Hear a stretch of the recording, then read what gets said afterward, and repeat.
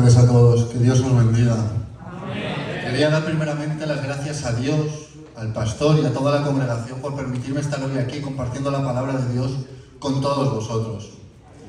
Escuchando a mi hermano Marius ahora hablando sobre la parábola del hijo pródigo, me ha hecho reflexionar y pensar cuántos cristianos, hijos de Dios, están esperando recibir su parte, están esperando recibir su herencia, están esperando recibir su bendición para salir corriendo. Hay muchísimos cristianos, la verdad, en ese estado. Yo principalmente predico y comparto la palabra de Dios en las calles, en los metros, en las plazas. Y tengo la oportunidad de sembrar la palabra de Dios. Y me encuentro con personas de todo tipo. Y me encuentro con muchos hijos pródigos que en su día tuvieron un encuentro con Dios, que en su día estuvieron en la iglesia, recibieron la bendición que tanto ellos ansiaban y acabaron en la calle, creyéndose que ellos podían, creyéndose que ellos sabían, que con sus fuerzas bastaba. Pero acabaron, como vemos en la parábola del hijo pródigo, en un estado lamentable, casi prácticamente comiendo con los cerdos. Y es una pena que haya cristianos que estén de día y de noche clamándole al Señor, pidiéndole al Señor, dame la bendición, dame esto, dame aquello, esperando recibir para salir corriendo cuando lo reciben. Tenemos que saber y tenemos que comprender que todas las cosas del Padre son nuestras, cristianos, hijos de Dios. Y Dios los quiere compartir con nosotros, pero veréis, una bendición fuera de tiempo es una maldición. Nosotros debemos de madurar, debemos de crecer espiritualmente para recibir aquello que nosotros estamos pidiendo, para recibir aquello por lo cual nosotros estamos clamando. Y hacerme caso cuando os digo que Dios tiene preparadas grandes cosas para todos nosotros. Amén. Dice la palabra de Dios que cosas que ojo no vio, ni oído yo, ni han subido en corazón de hombres, son las que Dios ha preparado para los que le aman. Y si tú amas con Dios de corazón, si tú le adoras, si tú le has puesto en primer lugar, ten por seguro que tú recibirás tu bendición. No seas como el hijo pródigo, no quieras recibir tu bendición para irte al mundo. No seamos desagradecidos, seamos unos hijos agradecidos que aman a su Padre. Veréis, Dios está aquí, el Espíritu Santo de Dios está aquí. No sé cuántos lo saben, pero Dios está aquí. Quiero deciros a todos que aunque yo con mi entendimiento no haya estado entendiendo la palabra que aquí se ha estado diciendo hasta ahora, mi espíritu la ha estado recibiendo, porque para el Espíritu de Dios no hay barreras. Y el Espíritu de Dios hace todo como Él quiere, cuando Él quiere, y es perfecto. Y demos la gloria y la honra siempre a Dios. Veréis, lo bonito de compartir la palabra de Dios es que no es nuestra palabra, es que es la palabra de Dios. Y cuando yo doy la palabra de Dios, vosotros la recibís y os edifica, y a la vez me edifica a mí mismo, porque la palabra de Dios es viva y eficaz y más cortante que toda espada de dos filos. Esto quiere decir que cuando damos, recibimos, porque no soy yo quien está dando, es Dios quien está ministrando, es Dios quien está dando la palabra. Y es que la palabra de Dios basta. Como decía, yo he tenido el privilegio de poder estar en las calles sembrando, otras veces estar en las iglesias pudiendo regar, porque es necesario sembrar, pero también regar, pero siempre tenemos que ser conscientes de que el crecimiento lo da Dios. Amén. Que el crecimiento no viene por carne ni por sangre, es Dios, es su Santo Espíritu, es su palabra. Y cuando yo hablo la palabra de Dios, entonces viene la edificación, entonces viene la transformación, entonces viene la vida. Pero no somos nosotros, es la palabra de Dios. La palabra de Dios basta, no se le puede añadir ni se le puede quitar. Veréis, los legalistas, las personas religiosas, tienden a añadirle a la palabra de Dios. La ley de Dios tiene 613 mandamientos y los legalistas se lían a añadirles y le añaden 1262 más si hace falta. Por otro lado, tenemos a las personas liberales que tienden a quitar a la palabra de Dios. Pero veréis, ya sea que le quitemos o le añadamos a la palabra de Dios, lo que le estamos diciendo a Dios es que necesita de nuestra sabiduría, de nuestras tradiciones, de nuestras costumbres, de nosotros, de nuestra manera de ser. Y quiero deciros a todos que la palabra de Dios basta por sí sola. No hay que añadirla ni hay que quitarla. Hay que darla tal como es, porque es alimento, porque es vida, porque es todo lo que nosotros necesitamos. Fuera de la palabra de Dios no necesitamos nada más. Tenemos que entender que la palabra de Dios no puede ser cambiada a nuestro gusto. Cuando esto pasa, nada bueno puede suceder. Veréis, un ejemplo de esto, de lo peligroso que es añadir o quitar a la palabra de Dios, lo podemos ver, por ejemplo, en Génesis. En Génesis 2, versículos del 16 al 17, Dios le dijo a Adán: puedes comer libremente del fruto de cualquier árbol del huerto, excepto del árbol del conocimiento del bien y el mal. Si comes de su fruto, ciertamente moriréis.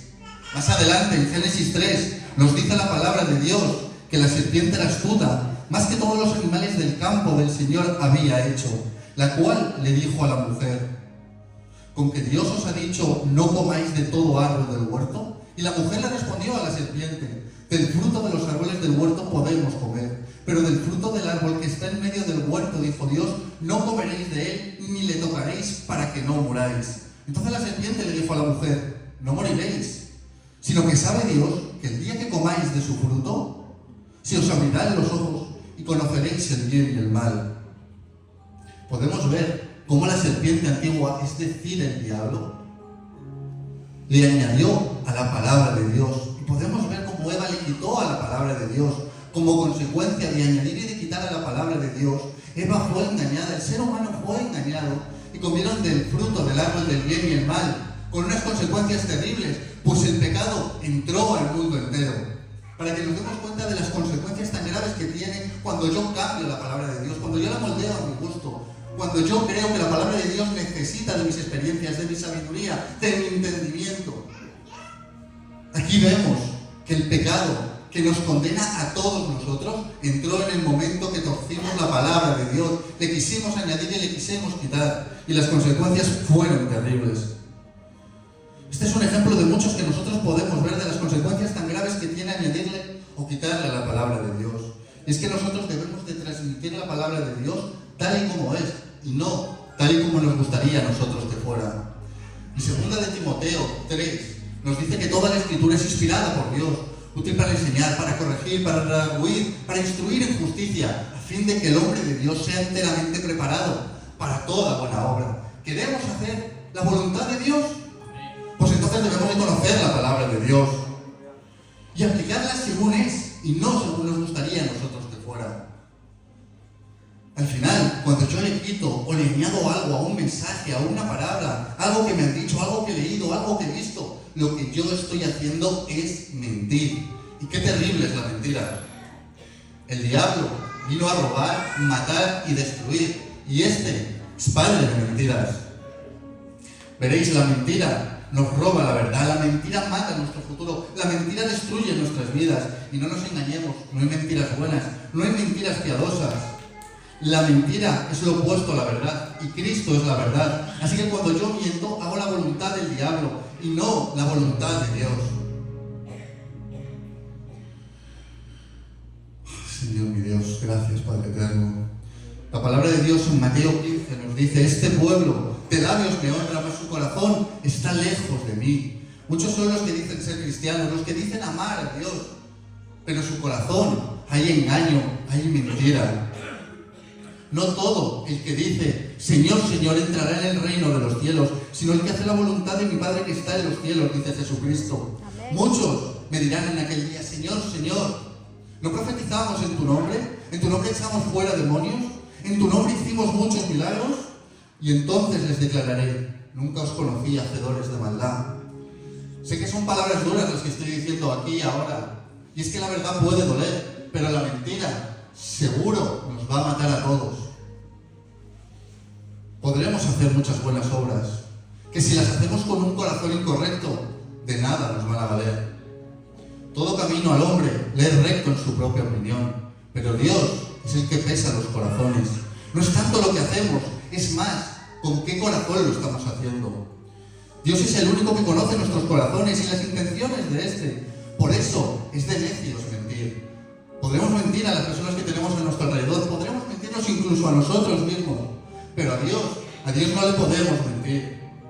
Y es cierto que Dios pesa los corazones, y nuestros corazones ya han sido pesados, y ninguno de ellos ha dado la talla, ninguno ha pasado la prueba. Pues veréis, de nuestros corazones salen los malos pensamientos, los homicidios, los adulterios, las fornicaciones, los hurtos, los falsos testimonios, las blasfemias. Veréis, engañoso es el corazón del hombre más que todas las cosas, y perverso, ¿quién lo conocerá? Solo el Señor, que escudriña la mente y prueba los corazones, da a cada uno según su camino. Solo Dios nos conoce mejor que nosotros mismos. El Señor pesó nuestros corazones, escudriñó nuestras mentes, probó lo que había en nuestro corazón y no fuimos aprobados. No, aquí no hay uno bueno. Todos somos pecadores, todos hemos fallado. Lo vemos en Génesis 3, hace un momento. Hemos visto cómo el diablo engañó al hombre. El hombre comió del fruto, del conocimiento del árbol del bien y el mal, y llegó el pecado a todos nosotros. Veréis, está en nuestra naturaleza caída la inclinación al mal. Veréis, a un niño de chiquitito, tú no le tienes que enseñar a hacer lo malo, le tienes que enseñar a hacer lo bueno, porque lo malo ya sabe hacerlo. Nuestros corazones se inclinan de continuo al mal. Intentamos hacer lo bueno, pero acabamos haciendo lo malo. ¿Por qué? Porque está en nuestra naturaleza, porque todos estamos contaminados por el pecado.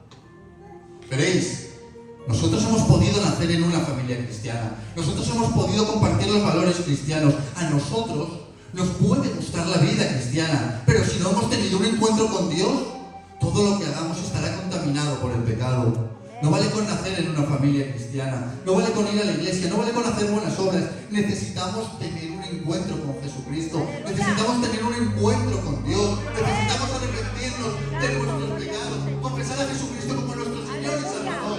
Debemos arrepentirnos de nuestros pecados de corazón. Pues veréis, al corazón contrito y humillado Dios no lo va a despreciar. No, si tú vienes al Señor, vienes arrepentido de corazón, Él no va a mirar para otro lado, no. Dios no es así. Ya sea que llevemos 20 años en la iglesia o acabemos de llegar, debemos de buscar al Señor mientras pueda ser hallado. Llamémosle ahora que está cerca. Y el único camino es Jesucristo. Aleluya. Él es el único camino. Veréis, la paga del pecado es la muerte. Y todos estamos contaminados por el pecado, como hemos visto. Y por cuanto la muerte entró por un hombre, también por un hombre debía venir la resurrección de los muertos. Porque así como en Adán todos mueren, también en Cristo todos verán la resurrección.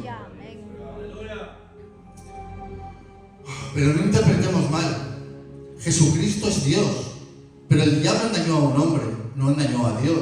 Así que si por un hombre entró el pecado, y con ello la muerte, por un hombre debía de entrar la resurrección, pero ningún hombre fue capaz de cumplir la ley perfecta de Dios. Así que Dios mismo tuvo que venir a este mundo, el Verbo se tuvo que hacer carne. Veréis, la ley de Dios es perfecta. El problema somos nosotros. Cuando la ley perfecta de Dios entra en contacto con una persona imperfecta como yo, esta ley le acaba aplastando, pues es una carga muy difícil de llevar, imposible de llevar para nosotros. Veréis, para nosotros es imposible, pero para Dios todo es posible. Por esto, Dios lo sabía. Dios sabía que nosotros no podríamos justificarnos nunca, porque no somos capaces por nuestra inclinación al mal. A Dios nada le pilla por sorpresa. Aquí el problema volvemos a ser nosotros, que queremos hacerlo todo a nuestra manera, con nuestras fuerzas. Y así vemos a lo largo de la historia, podemos leer en toda la Biblia, que Dios levanta a grandes hombres con milagros, señales y prodigios. Viene sobre ellos el Espíritu Santo de Dios.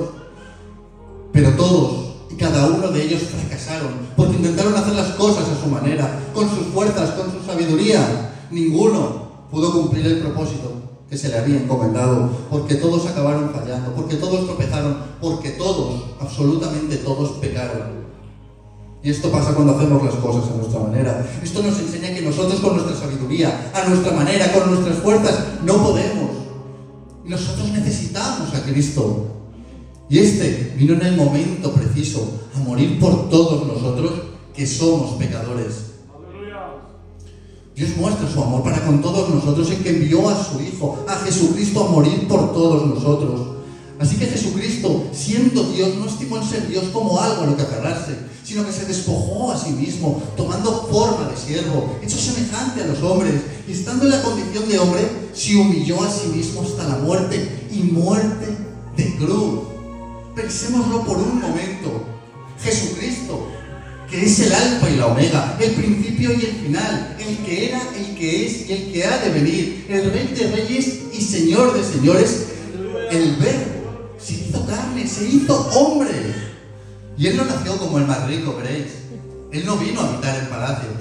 Jesucristo nació en un pesebre, como el más pobre de cuantos hayan pisado este mundo.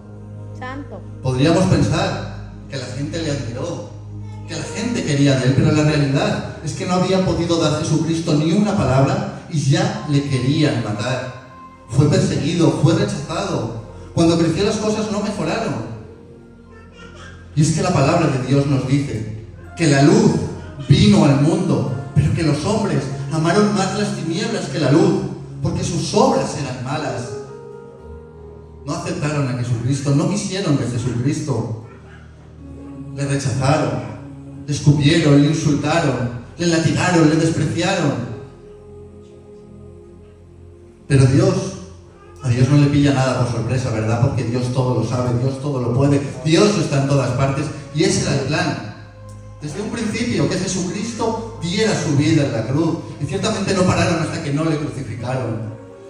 Esto nos deja ver la maldad que hay en el mundo. Jesucristo vino a este mundo a predicar el Evangelio a los pobres, a sanar a los quebrantados de corazón, a dar vista a los ciegos, a proclamar el año agradable del Señor.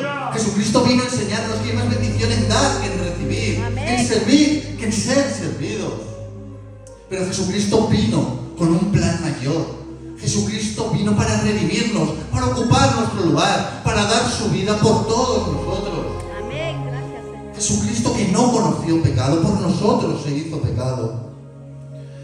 Veréis, Jesucristo fue tentado en todo, pero en él no hubo pecado, y puesto que no hubo pecado en él, pudo cargar con tus pecados, con mis pecados, con los pecados de toda la humanidad. Y Jesucristo cargó con los pecados, sí. Dios mío, Jesucristo a lo largo de su vida tuvo que sufrir muchas cosas, pero aquel día en la cruz no solo sufrió el rechazo del hombre, no solo sufrió los latigazos, no solo sufrió el desprecio, no solo sufrió que le escupieran, que le menospreciaran, no, él sufrió mucho más que todo eso, porque veréis, Jesucristo cargaba ese día con el pecado de toda la humanidad, sí, con los tuyos, con los míos, con los de todos, y cuando digo los de todos, es los de todos. Y por un momento, Dios Padre no vio a su Hijo, no, vio el pecado del mundo, te vio a ti, me vio a mí. Y Dios Padre no tuvo piedad, no tuvo misericordia, descargó toda su ira en la cruz contra su Hijo. No tuvo piedad, descargó toda la ira. Y Jesucristo la sufrió. Jesucristo sufrió y pagó por todos nosotros. Veréis, no podremos llegar nunca a entender, nunca a comprender la profundidad que tiene la cruz, lo profundo de aquel día, lo que pasó en la cruz. Lo que sí que os puedo decir a todos es que Cristo en la cruz pagó por los pecados del mundo entero. Pero Él no se quedó clavado ahí en la cruz, muerto. No, Jesucristo resucitó al tercer día, como está escrito, venciendo la muerte, venciendo al diablo, venciendo este mundo. Cristo venció. Porque veréis, porque de tal manera amó Dios al mundo que dio a su Hijo unigénito, para que todo el que en él crea no se pierda, mas tenga vida eterna. Porque no envió Dios a su Hijo al mundo para condenar al mundo, sino para que éste sea salvo por él. Cristo vive, y por cuanto Cristo vive, nosotros viviremos. Cristo es la resurrección y la vida. Y si nosotros creemos en Cristo, aunque muramos, viviremos. Cristo venció, Cristo vive. Cristo es el Rey de Reyes y Señor de Señores. Jesucristo es el camino, la verdad y la vida. Y creedme cuando os digo que nadie va al Padre si no es por Él. Así que necesitamos a Cristo. No basta con nuestras buenas obras, no basta con ir a la iglesia, no basta con nacer en una familia cristiana. Nosotros debemos nacer de nuevo. Y cuando digo nacer de nuevo, no hablo de entrar nuevamente en el vientre de nuestra madre. Hablo de nacer del agua y del Espíritu. Amén. Hablo de tener un encuentro con Dios. Hablo de ser transformados por el Espíritu Santo de Dios. Mirad, igual que lleves 20 años en la iglesia, que hoy sea tu primer día. Si sientes que tu relación con Él no es la correcta, si sientes que no has tenido un encuentro con Dios auténtico y genuino, si sientes que tu relación con Él se ha enfriado, es el momento de pedirle a Dios que te ayude. Es el momento de entregarle todas tus cargas, tus afanes, tus problemas, tus miedos. Pero no solo eso. Veréis, Jesucristo es nuestro Salvador y debemos de entregarle nuestras cargas, nuestros problemas, nuestros dolores, debemos de darle nuestro corazón. Jesucristo también es nuestro Señor y como Señor nuestro debemos de someternos a Él. Ciertamente debemos de darle todo a Dios, todo, y cuando es todo, no solo mis problemas, tengo que darle todo, tengo que someterme enteramente a la voluntad de Dios. Jesucristo en la cruz venció. Jesucristo ha vencido. Amén. Y Dios Padre lo exaltó hasta lo sumo, para que toda rodilla que está en el cielo, en la tierra y debajo de la tierra, se doblen y toda lengua confiese que Jesucristo es el Señor, para la gloria de Dios Padre. Aleluya. Toda autoridad le ha sido entregada a Jesucristo. Veréis, nosotros como iglesia somos el cuerpo de Cristo y Cristo es la cabeza. Y toda la autoridad que se le ha concedido a Cristo se le ha entregado a su iglesia, a su cuerpo, es decir, a los hijos de Dios, a los cristianos, a todos nosotros. Debemos de entender que el diablo, que la muerte, que el mundo han sido derrotados, que Cristo ha vencido, que Cristo tiene toda la autoridad, toda la potestad.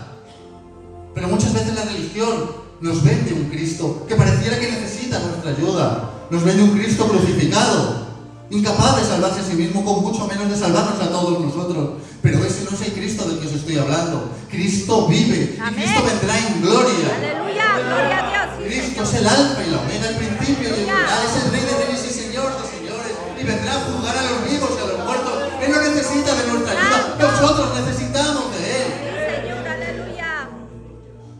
Pero veréis, nosotros tenemos que entenderlo, tenemos que entender la autoridad que nos ha sido entregada.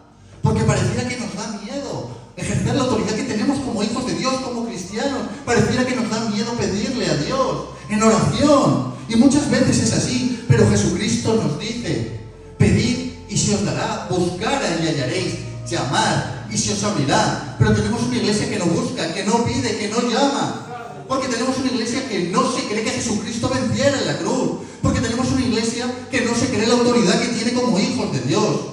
Veréis, cuando uno acepta a Jesucristo como su Señor y como su Salvador, cuando se arrepiente de sus pecados, vuelve a nacer y recibe el Espíritu Santo de Dios. Y el Espíritu Santo de Dios nos capacita, nos guía, nos fortalece. Es que nosotros ya no estamos solos. Tenemos al Espíritu Santo de Dios con nosotros. Amén. Somos templo de Dios. Y si Dios con nosotros, ¿quién contra nosotros? Amén. Aleluya. ¿Por qué andar con miedo? ¿Por qué andar sometidos? Identifiquémonos como lo que somos, cristianos, hijos de Dios. Seamos luz en medio de la oscuridad. Mostrad el camino a Jesucristo. Mostremos el camino a Dios. Yo no hablo de brillar, porque el que brilla quiere que se le vea, y eso es en la carne. Yo hablo de alumbrar el camino al perdido, al abatido, al dolido, al pecador. Ser luz en medio de la oscuridad, porque este mundo está en tinieblas. Nosotros debemos enseñarle a las personas que hay otra manera de hacer las cosas, que esa es la manera de Dios. Y tenemos que declarar con nuestra boca que Jesucristo es el Rey, que Jesucristo Amén. venció, Gracias, Señor. y que Jesucristo Aleluya. es el camino, la verdad y la vida. Y es la única manera. Veréis, sí es cierto que se nos ha dado la autoridad. Sí que es cierto que el Espíritu Santo de Dios está con nosotros. Sí que es cierto que nosotros somos luz en medio de la oscuridad. Pero eso no quita que nosotros vayamos a tener aflicciones, que nosotros pasemos por procesos, que nosotros tengamos que pasar la prueba. Jesucristo ya nos lo dijo: en el mundo tendréis aflicciones. Pero nos dijo: confiad, pues yo he vencido al mundo. Y puesto que Cristo venció, nosotros venceremos en medio de nuestras dificultades. A lo largo de la Biblia nosotros podemos ver a grandes hombres de Dios pasar por pruebas, por procesos, pasar por aflicciones.